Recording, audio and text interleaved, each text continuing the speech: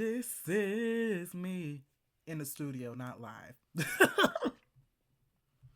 Hello, you guys. Welcome back to the Cake Radio Show. I'm the Cake Dive, and there is a bird chirping right outside of the window that I'm recording to this. So if you hear a little birdie chirping, baby, good morning.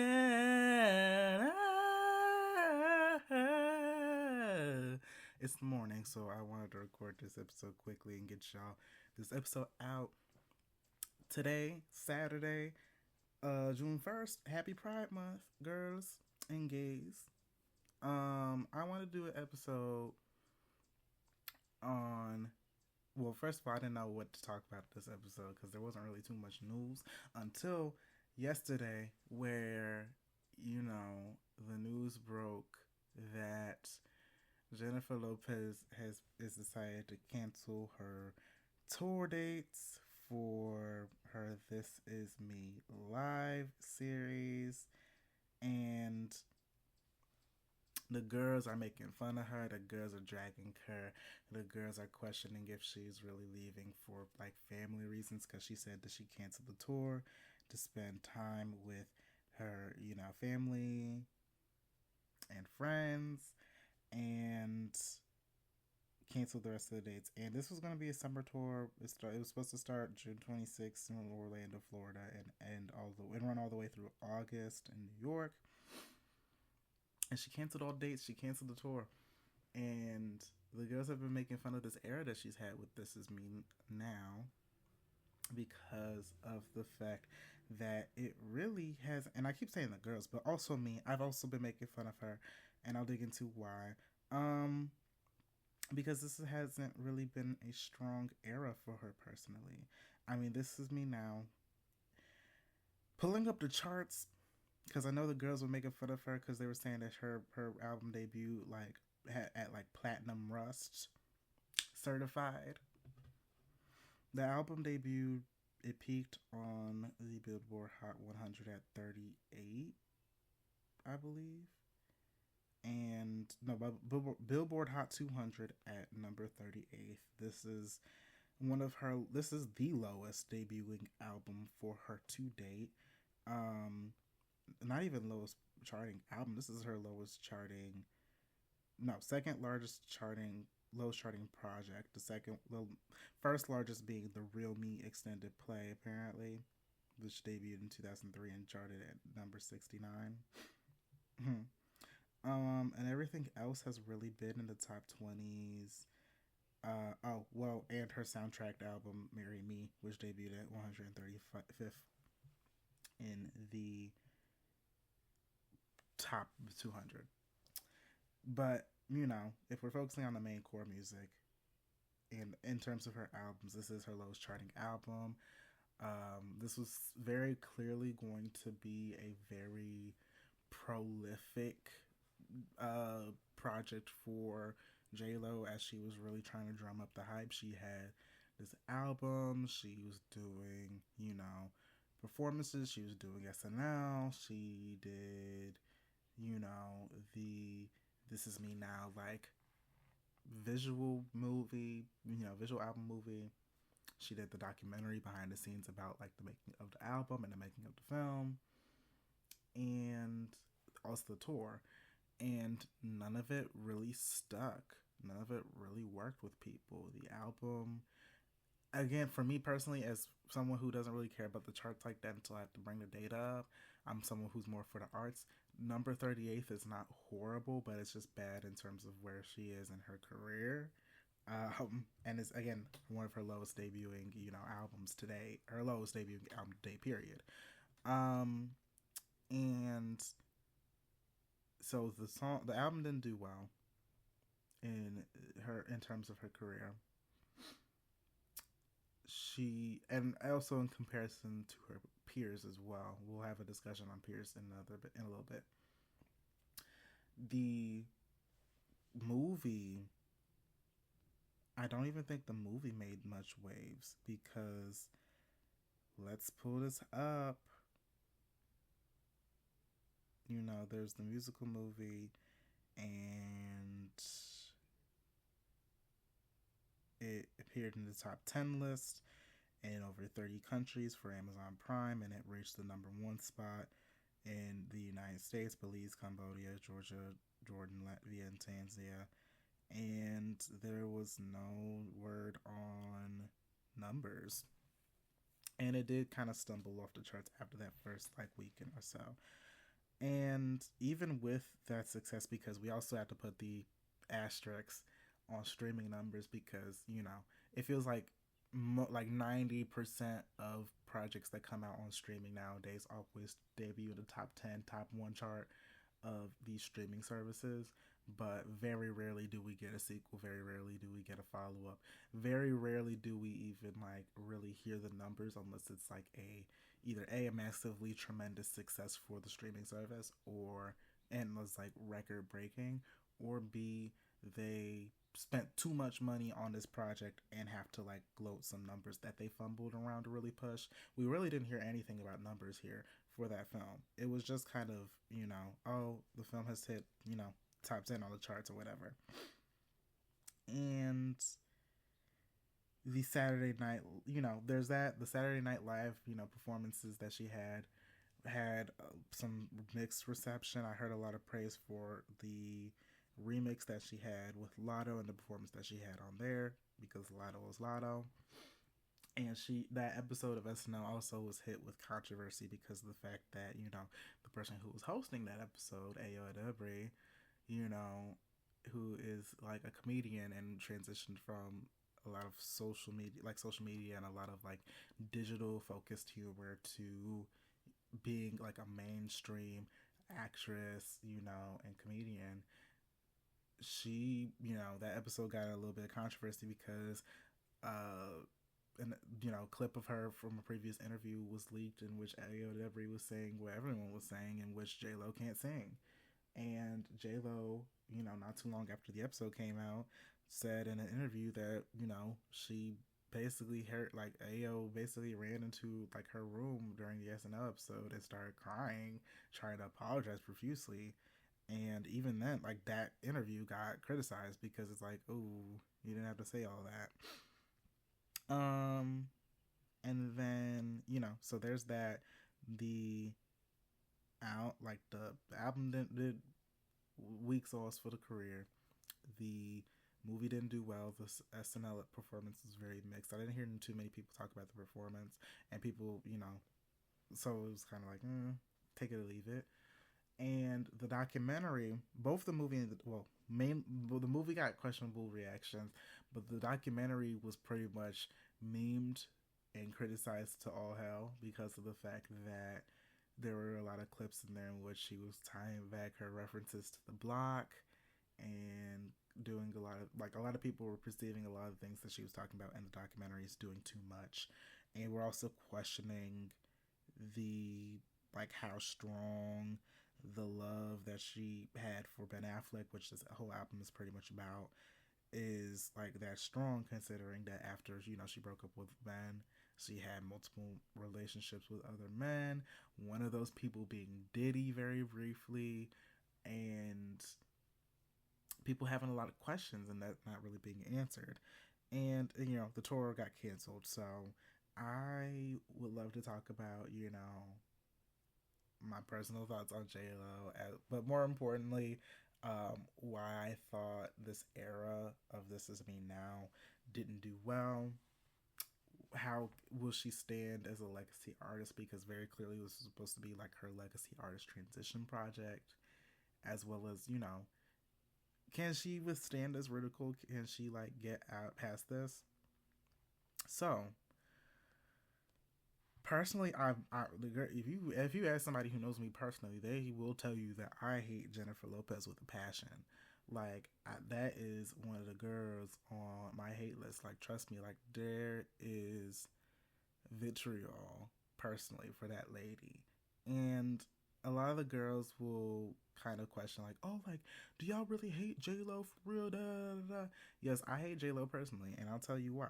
Not on a personal level. I don't know that lady directly, but in terms of consuming that lady's music, I'm not doing it.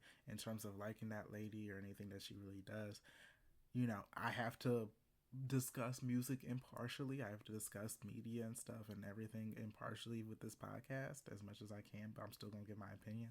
And while I don't personally like her, I still want to give at least a fairly, honest perspective on, the state of her career and the state of this project. And the reasons I don't like her is one, like her career was literally based off the fact, like her career was pushed as, pretty much a hate fueled reaction to try to get back at Mariah Carey with that one manager who kind of helped build her career out. She, for the longest time, while having very little connection to black people, tied herself very deeply and engaged in a lot of music that was courted and targeted towards black audiences. And, you know, will I say it's cultural appropriation? It's up to the beholder.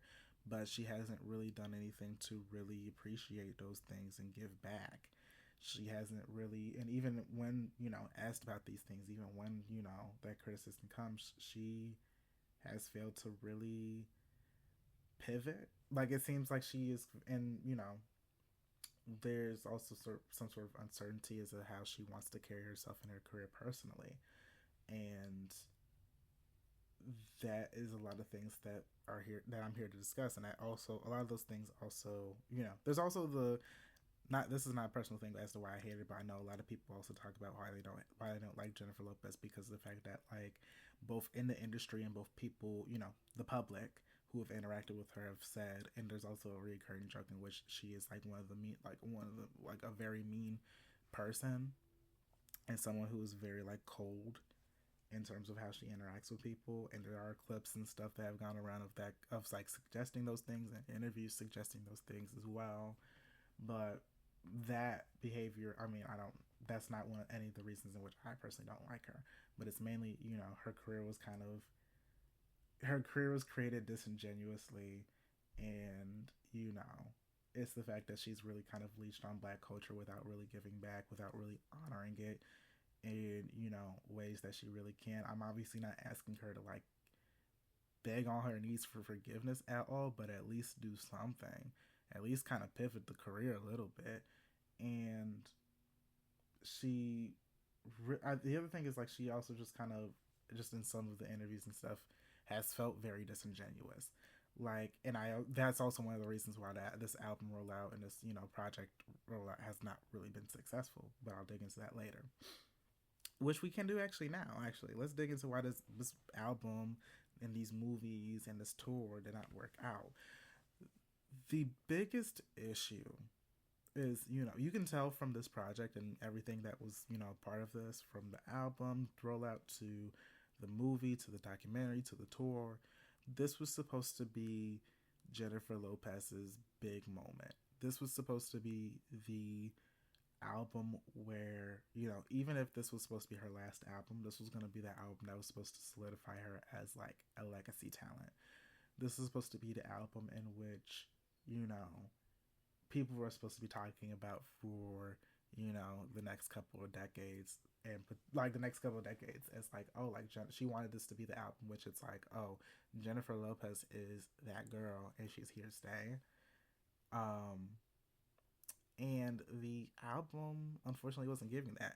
I haven't listened to the album in full. I've heard different singles and stuff and a couple of snippets and stuff here and there, so obviously my music critique I'm taking with a grain of salt. But from what I've heard from people as well as the snippets from what I've heard, the album sounds very confusing, and two, very low quality. It just sounds like the album has a lot of like the sound sounds very strange to me. Like it sounds off compared to her previous works, and obviously it's been a while since she's put out works, but it seems like she is going for a sound that like it sounds very overproduced, and the tracks themselves sound like they sound in terms of like quality, like in ways in which girl in layman's terms, the tracks sound like worse versions of songs that are already existing. And even with like other Jennifer Lopez songs, like it sounds like they are worse versions of other Jennifer Lopez songs. So I'm a little bit unsure as to like what she was trying to go with the direction here. I don't know like why she wanted to go with that sound specifically and not something a little more well. I would say, it would have been a smarter move for her to go with a more raw, more intimate sound. However, she can't sing, so there is a reason why she went the overproduced route. But again, that does not work because with an album like this, especially with an album that's supposed to be one of your most intimate albums of all time, going over, the love and the grief and the loss that you've had with, the ups and downs with your relationship with Ben Affleck, if this is supposed to be your most intimate album yet, these songs should sound intimate as well. And they should be stripped down. They should be, and even if they are overproduced, like they should sound good. That's the thing. And again, like, let's not be trying to be a hater by any means. It's just the fact that the songs just don't sound good. So if the songs don't sound good, people are only really pushing the album for the fact by name only, by the fact this is a Jennifer Lopez album, and that people either are fans of Jennifer Lopez and there are Jennifer Lopez fans out there, or they are curious of listening to what the casual fans trying to hear what Jennifer Lopez got going on, or they're haters and they're trying to hate listen to the song, um, and there's those kind of groups. But obviously that isn't enough to push an album to full blown success. The album has to really, if the album wants to have staying power, like this, like the breadth of this project is trying to go for, it has to be good. It has to be good. And then there's the discussion of her peers. Obviously, there are, like, her peers come with various different sizes and ranges. You have people who have really been in their have been consistently successful and have already proven themselves as an artist. Both someone who is currently in the game and here to stay, and someone who is transitioning into a legacy artist status like Beyonce. Then you have some of her younger peers in the space. Like, I mean, and even not even like, because we're talking about singers here, so you have some of her other peers like Brandy, who is still making music here or there, but it's a little bit here and far between. She's doing her independent things and still kind of chugging along. Then you have other artists like Ariana Grande, people who are younger than Jennifer Lopez, in the space, who are necessarily peers in the sense that that they were in the game as Jennifer Lopez was coming out, but there are people who are singers, who are these performers who are breaking records in ways that Jennifer Lopez used to do with her career up until this point. And they're they're outselling her. They have a lot more fan adoration. When the criticism comes to them, the criticism isn't their criticism isn't stagnant, and even if it's not stagnant, they've always sort of found a way to really kind of maneuver around or mediate the criticism that they have. Like Ariana Grande with the Eternal Sunshine album rollout was able to really kind of navigate around the controversy that she had with the Ethan Slater stuff. Taking that girl's man, taking SpongeBob for some reason, and she was able to maneuver that with and like people do criticize her still to this day about that, especially with the fact that Wicked is rolling out, but she was able to maneuver that during the album rollout because she released the album and it talks bad about it airs out the previous man that Ariana was dating.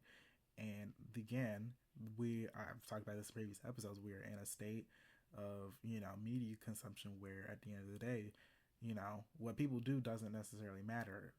Is the music good? Is this media good to be consumed?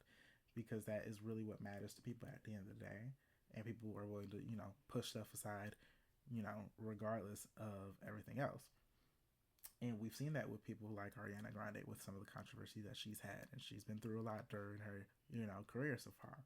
You have, people like Beyonce. Like Beyonce has been criticized, a lot lately for her silence on the Israel and Palestine stuff. People, her fans, her casual listeners are asking her to make a statement. I actually did a video of this during the test run of Cake Radio on my other channel, ZC and Ticket, talking about, the fact that her silence was deafening and should she make a statement, stuff like that. So I know about, her peers, J Lo's peers, people who would be considered J Lo's peers, having, success and having, other criticism and stuff like that. Mariah Carey, the person that, has literally J Lo's career was made in spite of. Even if she isn't really making music that consistently now, she's really, really putting out remixes nowadays. Her songs are still beloved. Her songs are still, successful. She has fully transitioned to legacy artist. Her shows are selling. Even some of her old songs are coming back into the cycle again. Like people are getting into and reinvesting and tuning into her previous albums. So she has fully transitioned to a legacy artist. J Lo can't do that because the music has not been good, and that is just something that I feel like no one's wanted to admit. The biggest issue comes with the media. It comes with the quality of the music. People bring up some of her hits. When people bring up her hits have come from the past decade or two, from the mid 2000s to early 2010s. Nothing. She hasn't had a modern hit, or a song that has come out in the last decade or so that people are like, oh yeah, when this song comes on, I'm bumping, this is good, this is a hit. She doesn't have that, and she didn't have that with this album. So if you don't have that consistency of having good music, or her, people are not going to invest in the music. And the fact that this album was not good is very telling and shows that it's an example of that. It's a clear example of that. And then you have the movie. And the movie, people tuned into and were very confused as to what the vision was for this movie. I've heard a lot of crazy things about the movie, and it is very fascinating to me that this is the vision that she went with. And it was also very fascinating to me, and also very telling, that she reached out to numerous people in the industry, a lot of different artists, a lot of different actors and actresses with prestige, and even those with kind of meh prestige, those who are just kind of here. And all the people who have turned her down and said that they did not want to be a part of this project. It's very telling to me, because that also goes to the point about her likability. What was on full display during the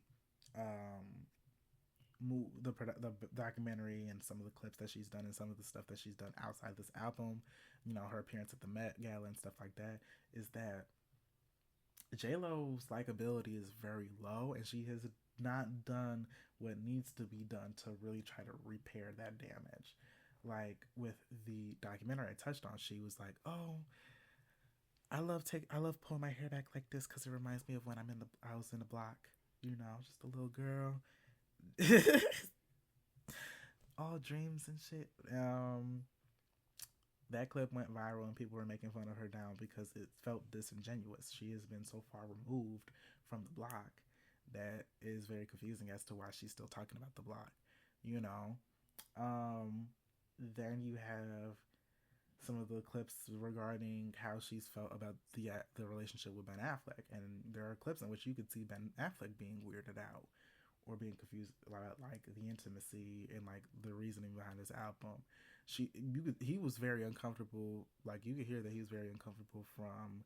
I think it was a clip, and it was a clip from the documentary that I was able to see, in which he was talking about how Jennifer Lopez was sharing around a lot of the love letters that Ben, sent her in the studio as they were trying to write the songs for this album, and him being kind of caught off guard by that. So there's that as well. I mean, there's also moments about, as I touched on earlier, the fact that people have talked about how she has been very cold and mean to people in public, and she's done a lot of weird things in terms of how she wants people to treat her.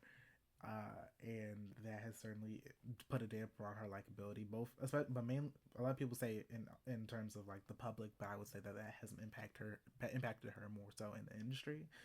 And tying that back in with the fact that a lot of people that she tried calling for the production of this film did not want to make this film with her was very telling. So you have that. And the other things is that it's just that like the biggest thing about her like unlikability is just the fact that like one, she hasn't really shown anything beyond what we've already gotten from her as a reason to like her. Like we've already gotten the block. We've already gotten her talking about the block before. She we've already gotten, the relationship with Ben Affleck, and we've already kind of seen that. And I think that the time that she released the album, that was also kind of tiring. Like people didn't really care about that too much anymore. So it was just kind of her being a drum. She hasn't really given us more about her life for people to really, you know, empathize with or really care about, because the stuff that we've really gotten has been manufactured and or stuff that we've already seen before. So of course people are making fun of you for talking about the block again when you're at your old age, because you've already talked about the block before, and you've been so you've been so removed from being on the block that that connection that you have is just not genuine anymore. What about you at your age now? Like, what do you do nowadays? Like, what keeps you going on a day to day basis? Show a lot more of that intimacy. Show a lot more of that honesty and display. Um, she Again, we're also in kind of this influencer culture where authenticity sells, or at least the guise of authenticity sells. And what doesn't work with J Lo is just the fact that she does not come off as authentic to people, especially to the general public. Well, to her critics, because I feel like the general public largely is fine with her. They don't have too much of an issue with her, so they are still willing to tune in.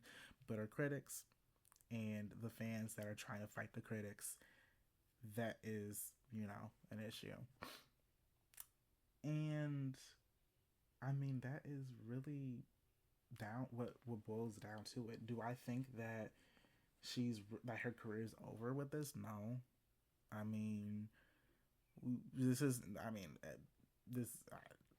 I don't think, like, I would assume that this might be one of her last projects, unless she just kind of does singles here and there, some loosies. But I mean, this really is kind of a learning moment for her. I think she just kind of proved that even if she transitioned to legacy art, she didn't get it. This big project wasn't the right thing. She had a lot of work to do that she didn't do. She thought this was just going to be something that was easy to kind of bring together, and the reactions of her to her peers, of the reactions that she has by the industry and a lot of the public as well, has kind of proven that you know because J Lo isn't authentic, because J Lo's music isn't good, um, people aren't really gonna care or like take you that seriously now, especially since you are very heavily suggesting that you should be treated, with a lot of prestige, that you should be legacy artists, that you should be beloved, and people just, there's always gonna be a handful of people like me who just are not gonna give you that. Like I'm always gonna give you two, but in all honesty, you just haven't put in the work yet to really redefine yourself in a way that will really matter to people. And do I think she will like do something to really redefine herself at this point? I'm not sure, because it seems like with this project it's a very clear example that that was not going to happen. um but I know a lot of people are kind of jumping on the hate train bandwagon for her, unfortunately. And the way that those things work is that once that happens, there's always going to be the random people that pop up like, oh, maybe we were too hard on J Lo, and people just kind of start loving her again. But I don't think that people are gonna love this album. I don't think this album's gonna be reevaluated fairly fondly. I just think people are just gonna kind of tune back into the old stuff, the older hits that she's had, and the older success that she's had, and really kind of dust some of those things off. And I think that that's what she, should work with. Really tap into being, what she can do going forward is really transition to being in terms of music, just a legacy artist. Keep pushing and performing the hits that you've had. You know, when possible. Obviously, the tour didn't sell, but do smaller venues, do festivals. Do what you need to do to keep getting the money selling with that music. With that catalog. And the other thing, what has been very consistent for her has been her career on Netflix, her acting career on Netflix has been bringing the dollars for her. It seems because she has made a home at Netflix. Having a bunch of random films that people just kind of mindlessly watch. Hundreds of millions of people watch, and whether people love those projects or not, I mean, I'm hearing horrible reviews about that Atlas movie with Simu Liu in it, but it's Simu Liu and Jennifer Lopez, so like that's kind of right. But at the end of the day, like she is being paid, she's still getting booked for these movies. So I think that the other thing that she really should focus on going forward is just her, getting her acting career, staying, keeping her acting going, because that seems to be one of the most consistent things that she has going for her at the moment. That's keeping her in the eyes of people. So, in summary, J Lo's inauthentic. J Lo's music isn't good. More specifically, since I know some people might try to drag me in the comments for saying that. More specifically, her modern music. No one can name a song. No one can name 5 songs that have come out from J Lo in the past decade or so. I'll say past decade that have been real like hits, and or that like people just could like universally general audiences like love and respect. Um, so the music isn't good. She's inauthentic. She did too much with this rollout. I feel like this should have. I like again like this was a big. This was supposed to be her big break, her big moment, and I feel like she should have did a test album. She should have just had this be an album to see if people were interested, and then had her truly final album be one of her most intimate albums yet. Be like being one of her also one of her more authentic albums yet, and possibly like again isolate the vocals, like be raw on the vocals. But again, she can't sing, so she can't really do that. But that's what she should be doing at this point. Give us a raw album, and have that be the big thing, and people would tune in and probably support because it's J Lo, unfortunately. So, but that's what led to the album and this rollout and stuff flopping, and her having to cancel the tour. But I think she's gonna be fine. She still has coin coming in from this music, from the residuals. She's still acting. I think everyone who's like thinking that her career is gonna be over or anything is unrealistic. I think she's still gonna be here, but it's not. She's not gonna be. She'll be probably be more an afterthought than someone in the main conversation, and that's probably what it was meant to be. And that's my thoughts. Ooh, 33 minutes. That's my thoughts, y'all. I hope you enjoyed this episode of the Cake Radio Show. I know it's a little bit lengthy, as well. Most of my episodes are pretty lengthy, but I hope you guys enjoyed it as much as I did recording. If you want to hear these episodes before anyone else, be sure to subscribe to the Cake Radio YouTube channel at Cake Radio Show, and drop a comment, drop a like, talk about, if you listen to the album, talk about what you thought about the album. If you saw the movie, tell me what you thought about the movie. Do you think J-Lo's inauthentic? Do you think J-Lo's music is bad? Do you think that, she, give me your thoughts on this whole rollout of this album, this whole era of this album that's being cut short in the comments below. And if you're listening to this on your favorite podcast platform, I love you guys so much. Be sure to subscribe and follow the podcast and turn on your notifications for future episodes. Episodes drop next day after they drop on YouTube, and give the show a strong rating because it helps. And that's all I got. I will talk to you guys later. Bye.